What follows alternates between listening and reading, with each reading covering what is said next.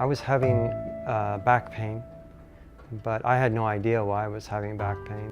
I also noticed that I would have sciatica pain, which is pinching of the nerves in the back, the big nerve in the back of your leg, running down the back of your leg. So you'd have this whole pain running from your lower back through your buttocks, down your lower back of the thigh. And it makes it very painful and difficult. And I was having a very stiff rib cage, much more then than now. It got to a point where I could hardly breathe sometimes because the rib cage was so stiff. And it makes it very difficult to breathe. It makes it very difficult to sleep also. 17 years old and in high school, and no doctors really took me seriously. Now, when I was first diagnosed, that was in college, and I was, probably 22 years old. So roughly 5 years went by. He calmly says to me, "You have ankylosing spondylitis." And I'm going, "Ankylo what? What do you say to me? I have no idea what you just said." I was devastated. I mean, think about it, you're reading this brochure and it says that, you're gonna have this stiff back. It could turn to bamboo spine, which means that all your vertebrae fuse together. Your quality of life is gonna be horrible. You may not be able to work properly. I have experienced pain from AS every day for 12,775 days of my life. There are days when you cannot get out of bed because you feel like you just can't survive this day. I was basically in a state of anger because I was having pain every day. I can't really run anymore. If I do, I feel this, like bones are smashing together in my back, so I don't try to run if possible.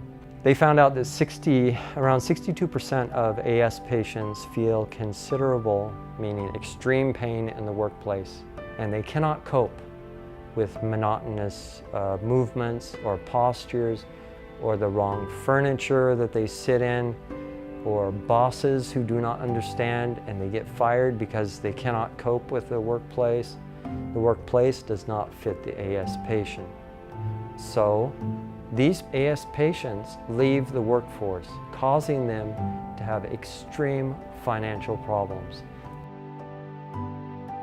A lot of AS patients actually, it's very common for them to get osteoporosis, high risk for fractures in my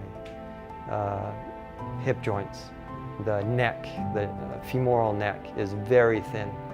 So if I have any accident in my legs, it's likely to fracture, just break in half. And what's more painful than the AS is the osteoporosis.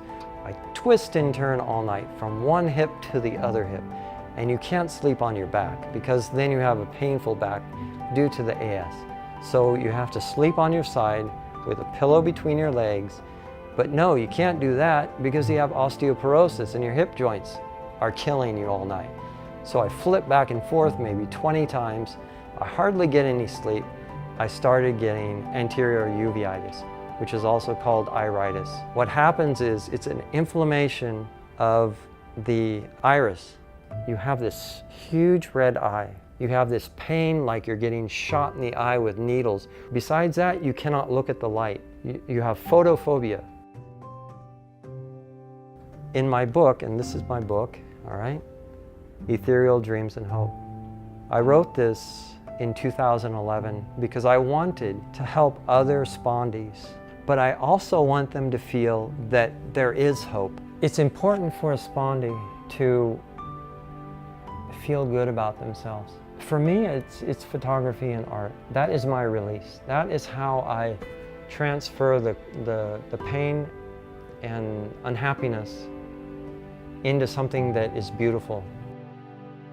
This event, will help raise funds for treatment for patients and also bring awareness of ankylosing spondylitis to people in Malaysia, and you need to be there. Make time, bring your friends, family, anyone you care about should be there for this run. Take part and find out what AS is all about.